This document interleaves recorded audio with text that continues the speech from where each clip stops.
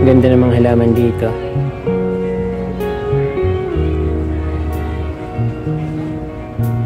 Maganda talaga yung mga mix-mix na plants. Kasi mas very cozy yung dating niya. Maganda yung mga hanging plants.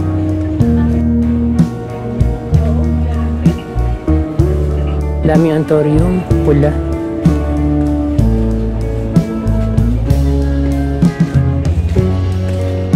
Cactus. Diba ang sarap ng may ganito ka-promdi sa bahay? Parang coral, oh. Wow. Parang nasa ilalim ng tubig.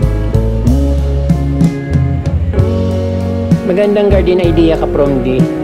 Mas maganda yung titingnan ng ganito kaysa ilalagay yun sa ibabaw yung mas attractive tingnan. Magandang umaga sa inyo mga ka-promdi at welcome back sa Certified Promdi Channel. Ayun, gusto kong ipakita sa inyo yung mga halaman dito na nagagandahan. Ito nga nakikita nyo sa aking likuran, ang dami-daming bulaklak at syempre kakapasok ko lang at syempre nauna na sila dun sa sa mamasyal. Sabi ko lang ako dito magpapasyal-pasyal muna at syempre gusto kong ipakita sa inyo yung mga magagandang halaman dito. But before anything else mga ka-promdi, ini-invite ko po kayo na mag-subscribe, lalong-lalo na sa mga bagong viewers at sa mga old viewers na hindi pa nakaka-subscribe, mag-subscribe na po kayo para dumami po tayo at syempre libre naman po yan. Just touch the subscribe and of course the notification bell para updated po kayo sa aking mga bagong post na videos.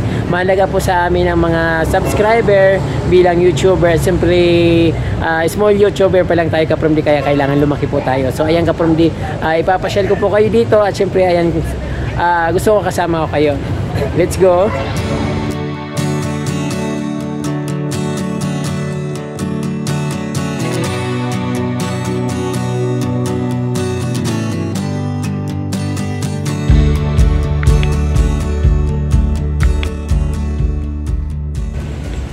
So dito na yung papunta ng mga flowers doon sa gitna ng botanical garden kung saan mas maraming nagkukuha ng pictures, namamasyal. Ayun, so dito, ayun, papunta pa lang doon.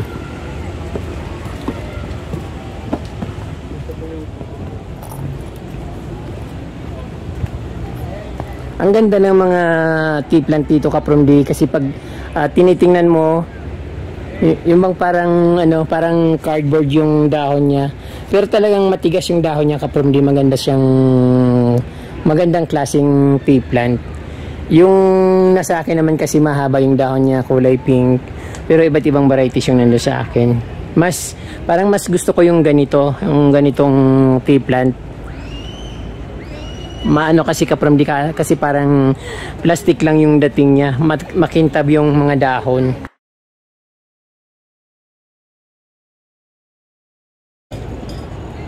Ayun, matagal na kasi akong hindi nakapunta dito ka-promdi kaya parang na-miss ko yung botanical garden. Siyempre gusto kong ipakita sa inyo kung ano yung nakikita dito at kung matagal na kayong hindi nakakapunta dito, at least alam niyo yung update nung botanical garden. So yung dito naman talaga palaging maraming flowers dito. So nakikita niyo yan.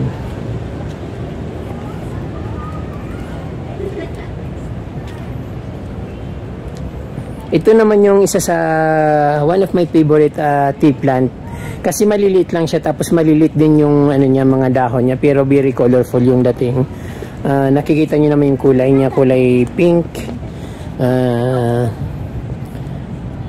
maroon and green. Ayan, napakaganda.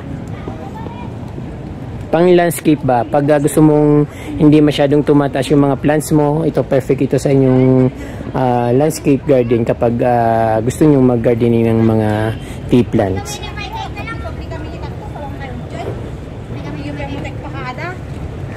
Exit ka na sinuro umigidalan. So dito naman makikita yung iba't ibang klaseng halaman, iba't ibang klaseng kulay na flowers. Perfect din ito ka-promdi sa inyong landscape garden sa mga bahay kasi hindi naman siya lumalaki ng yung talagang tumataas. Depende na lang sa inyo kung gusto nyong pataasin kasi napuputol naman siya kapromdi. Katulad dito. So ito naman palagi yung ano dito, yung halaman na tinatanim dito kasi mas madali siyang mag-flowers, mas madali siyang ma-appreciate kasi madali siyang mamulaklak. Katulad parang bingka plants, pero ito kasi kapromdi medyo mas maraming puno or mas maraming sanga. Unlike yung kasi kapromdi yung bingka plants, parang tumataas siya. Ito parang ganyan lang, parang nami-maintain yung niya, yung laki nila.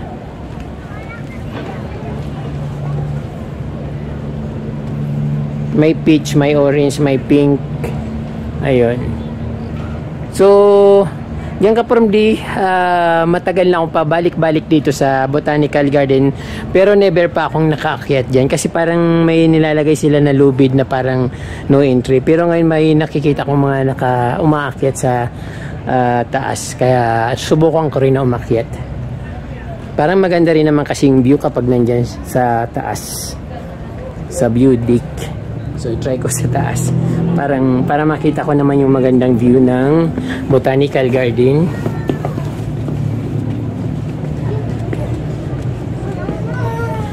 So ayan, wow, maganda pala talaga kapromdi kasi nakikita mo lahat yung mga halaman na yung mga dinadaanan mo sa baba na hindi mo makita sa ibabaw. Ayun, nakikita mo dito.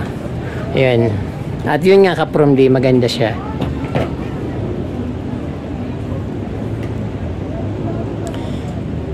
Kahit hindi mo na lapitan, basta nandito ka sa taas, makikita mo na yung maganda yung pagka-landscape niya.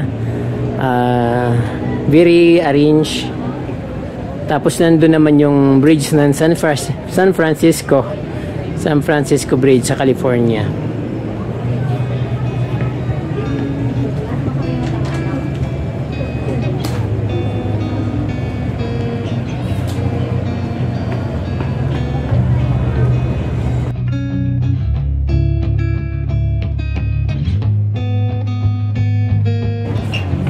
.360 view yung makikita dito kapromdi. At syempre ayan pa rin makikita pa ulit-ulit kung gusto mo talagang ulit-ulitin yung pag-view at na-enjoy mo yung scenic dito, yung ambience niya na puro plants, pine trees. Ayan, maganda dito.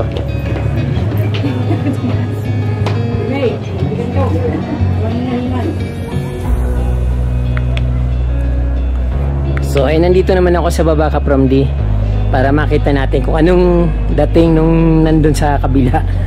Ayan, maganda rin, syempre. Amazing. Very amazing.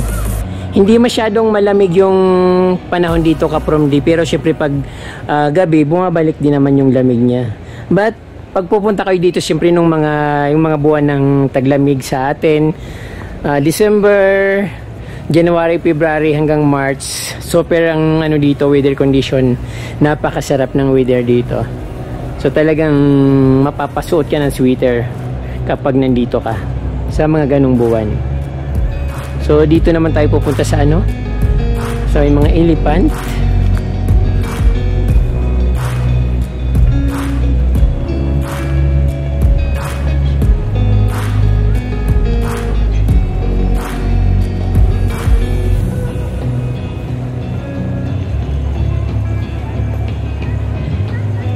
Dito naman tayo sa may mga halamanan, sa mga nagtitinda ng mga plants. Siyempre magaganda yung mga tinitinda dito. Hydrangeas.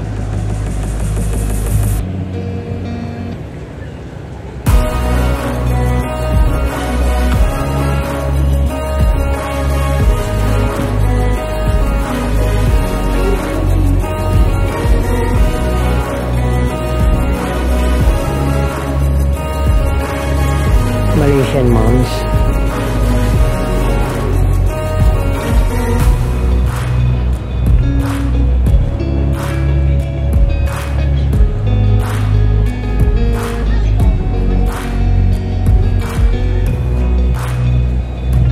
Ay, maganda pa rin naman, hindi naman nagbabago. Ang nababawas lang dito yung lamig, pero yung ganda ganun pa rin naman.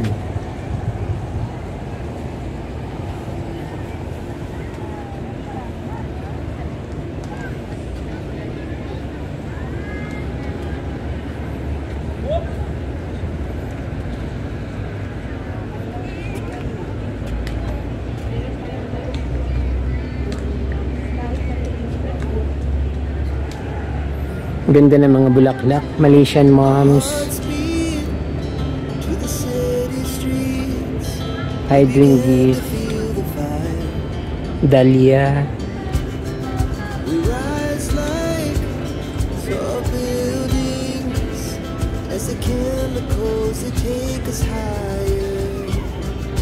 Ayan yung red na ang tawag nito.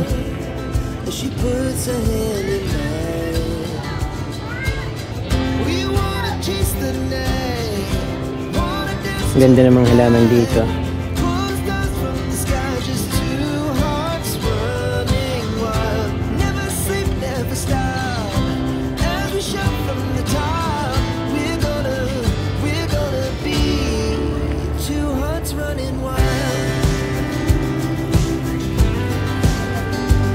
Ang napansin ko dito, parang nabawasan yung mga tinda nila, mga begonias na magaganda.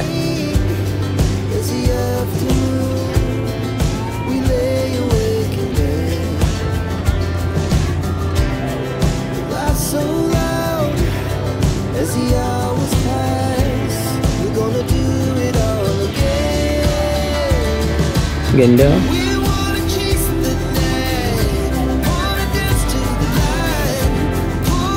Maganda talaga yung mga mix na plants. Kasi mas very cozy yung dating niya. Bromeliads.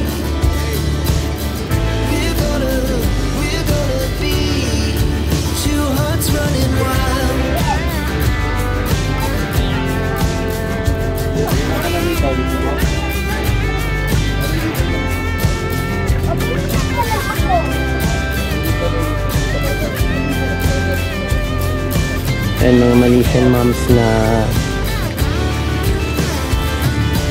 plants dito, 150 per pot.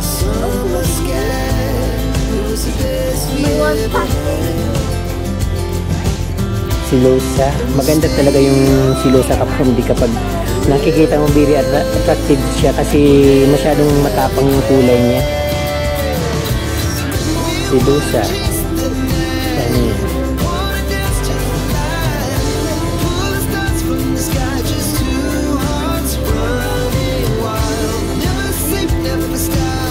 Maganda yung mga hanging plants. May mga flowers.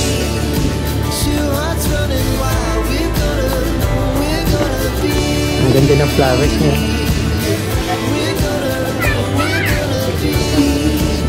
Anthurium. Daming anthurium. Pula.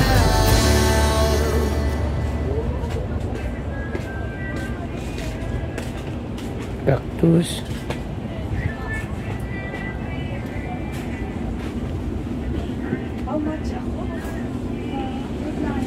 Orchids. Wow, ang daming rare na orchids. Phalaenopsis ba tawag dito? Mga Phalaenopsis. Ganda nito parang rose. Oh.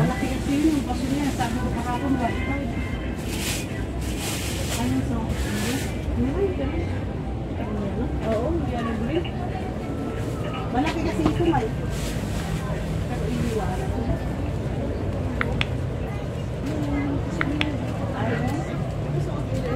Ay, hindi ko alam.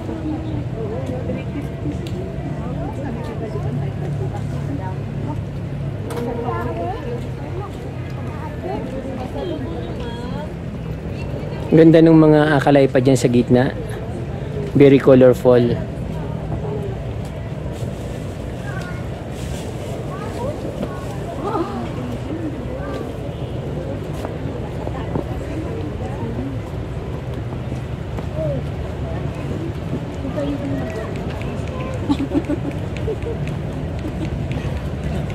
Alam mo ko sa amin, okay.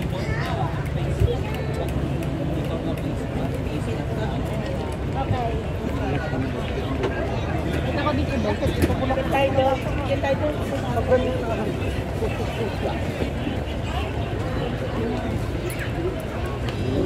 Sa elefante biglo.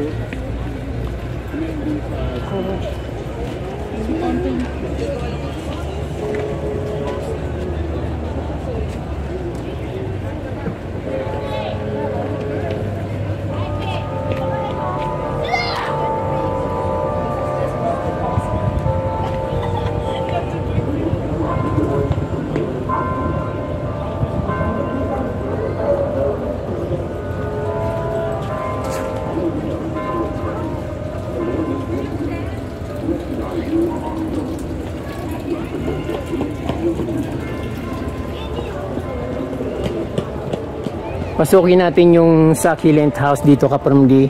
Sobrang ganda ng mga succulent dito kasi kakaiba siya. At yung iba dito lang natin makikita. But syempre dito sa anuhan niya, sa bungad, napakaganda niya. Parang dito mayroon siyang parang kutsarita itong nito, plant na to, Kapromdi, pero ibang klase. Hindi ko lang alam kung anong pangalan niya dito kasi nagdala ko niyan dati doon sa Manila. Ang nang tumubo siya, kulay green. Nawala na yung kulay niya na pagkamaron. Pag dinadala sa ibang lugar, nagiging kulay green. Dito sa Baguio City, kulay kulay maroon siya. Then dito, Kapromdi, napakaganda ng mga stones. Tapos may mga agave. Nanganganak yung mga agave. Sayang, no? May mga anak siya. Then, ayun, iba't ibang klaseng agave. Yung bromeliads na napakaganda. Ayan, my favorite bromeliads. Then, ayan. So, dito naman sa taas sa entrance, ito pala, Kapromdi, cactus and succulents. Baguio Botanical Garden. Tingnan natin yung sabi ng mga kasama ko, sobrang ganda raw dito sa loob. Sa loob ng cactus house, cactus garden. Maganda nga, Kapromdi, kasi iba't ibang mga cactus nandito. So, tinted siya, Kapromdi. So, hindi siya nababasa dito kahit umulan. Pero, naaarawan siya. Ang ganda, ang laki. May isang ganyan ka lang sa bahay mo. Sarap na, no? Parang very proud ka na magkaroon ng ganyan sa isang variety. Pero, ang ganda, tumataas siya. Ang ganda.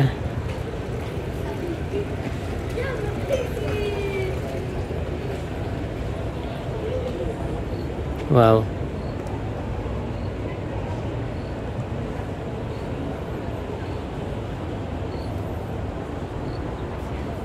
Hindi ko alam kung anong mga varieties ng cactus na yan, pero maganda siya. Nakakadagdag sa accent yung stones. Pero mas maganda kung wala siya sa paso, kung nakatanim lang siya dun sa soil with stones na yun na colorful, may purple, may white. Ayan.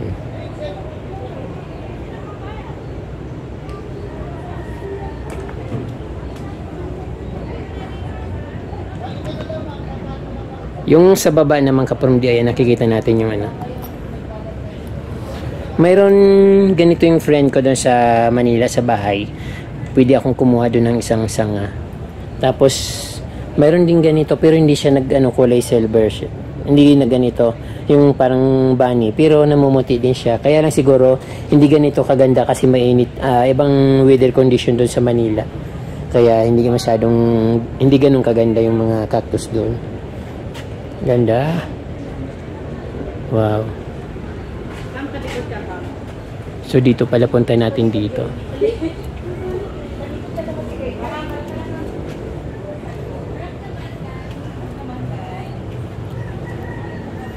Ayan, agave. Ito maganda ito, Kapromdi, simple, pero mas maganda pa rin ito, mas marami. Pag isa-isa kasi talagang hindi naman masyadong maganda, pero pag mas marami, pag ganito kakapal, so ang gandang tingnan. Tapos with matching, may mga white stones sa baba, then mga pebble stones, mas magandang tingnan siguro, at medyo may white. So ayan yung nafe-feel ko, nababibrate ko sa mga ganitong halaman.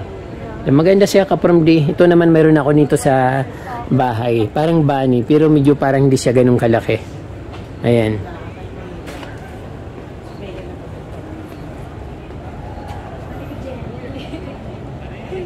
Ganda. So punta tayo dun sa loob, mas marami pang nakikitang mga plants doon. Pagalitan natin yung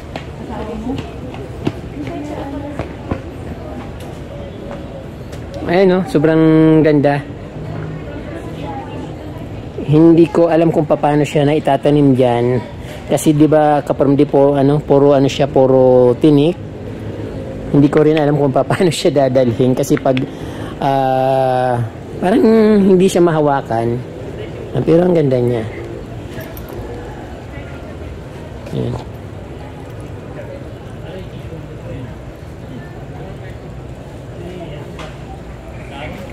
Ito naman, very familiar ito sa atin, lalo sa mga probinsya. Maraming ganito sa probinsya. Humihingi nga ako doon sa kapitbahay ko. Sabi ko kahit isang hindi niya ako binigyan. Connected daw kasi lahat yan. So, iwan ko sa kanya. Ayan, dito nawala na yung napakaraming display na iba't ibang cactus. Hinaluan na nila ng mga wandering Jew. Ito mga parang Vietnam rose, ayun sa gitna. Tapos, yung sa gitna, mga cactus na magagandang kulay. O, di ba, ang sarap ng may ganito ka-promdi sa bahay? Parang coral, oh. Wow. Parang nasa ilalim ng tubig. Magandang garden idea ka-promdi. Wag yung puro na lang yung puro na sa paso. Maganda naman pala siyang tinatanim ka from sa direct soil, pero siyempre yung soil niya dapat marami, hindi yung nasa isang paso lang na papalakihin mo. Mas maganda yung ganito kasi parang nagiging healthy sila. Parang alam niyo yon na ibang klase yung accent niya sa yung mararamdaman mo pag nakikita mo dito, lalo sa dito nga sa camera, ang ganda-ganda, oh, superb.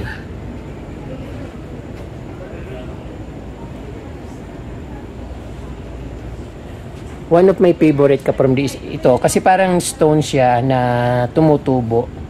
Ayan. Ito naman yung parang mga brain, ganun.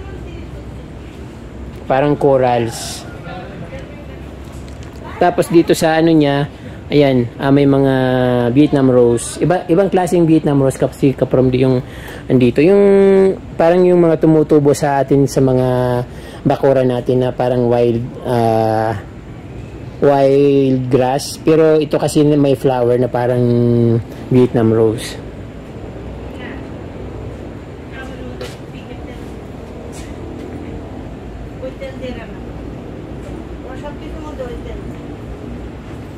Ay sa gitna, iba't ibang iba't ibang varieties. Pero mas ito kasi nasa paso, nasapat na siya. Pero mas magaganda, mas malalaki. Maganda rin yung naka-direct soil kasi mas iba yung accent niya.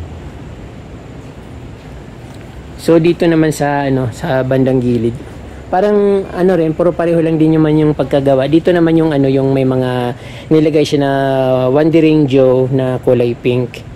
Ayan, kaya nagmumukhang makulay yung dating niya, nagmumukhang maliwalas kasi may mga wandering Joe sa sa baba. Ayan, ang ganda.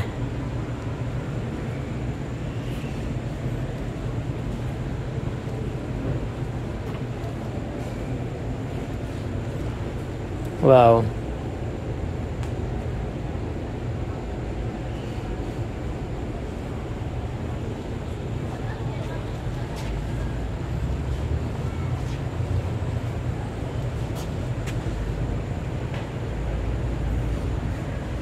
Dito sa middle kaprom din ng kanilang garden, mayroon siyang mga parang parang tail, dog tail, parang ganon, or monkey tail na cactus. Tapos sa baba yung may parang yung mga nakikita natin na very ordinary pero napakagandang tingnan. Then sa taas naman kaprom din mayroon silang cactus, Christmas cactus na medyo maganda yung kulay niya. Ang kulay parang pink na nagmamaron-maronan. Ayan.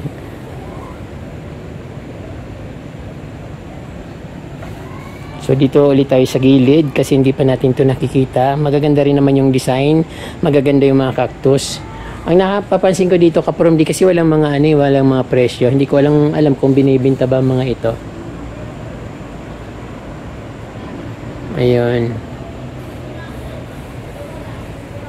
Ganda ng Wandering Joe.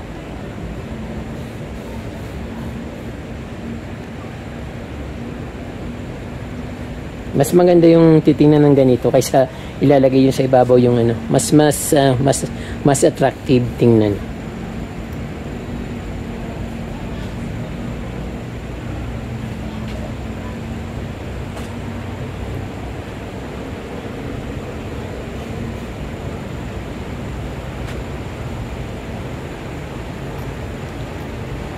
Amazing.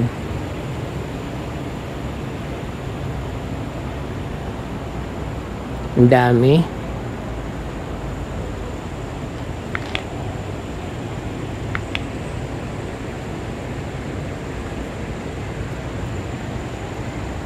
Sa taas naman kapamdi yung ano yung para mga monkey tail. Ayun.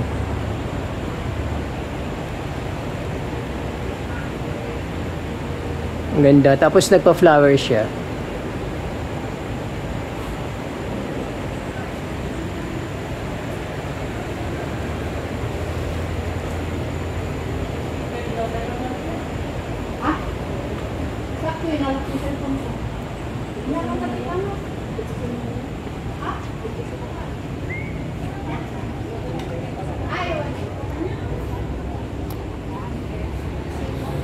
Siyempre hindi pa rin nawawala yung Prince of Orange. Ang ganda rin. Very colorful.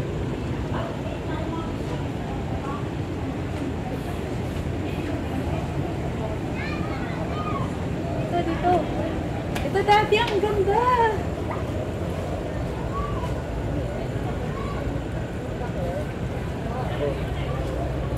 So, nagagandahan ako dito sa part na ito.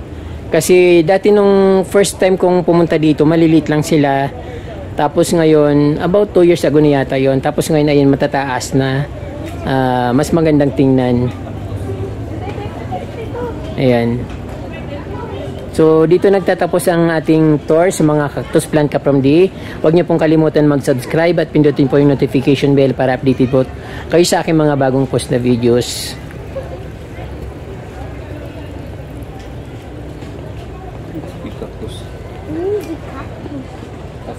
She's still up there, picture.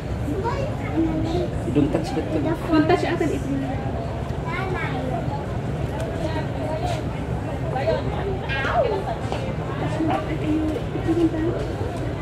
Ow!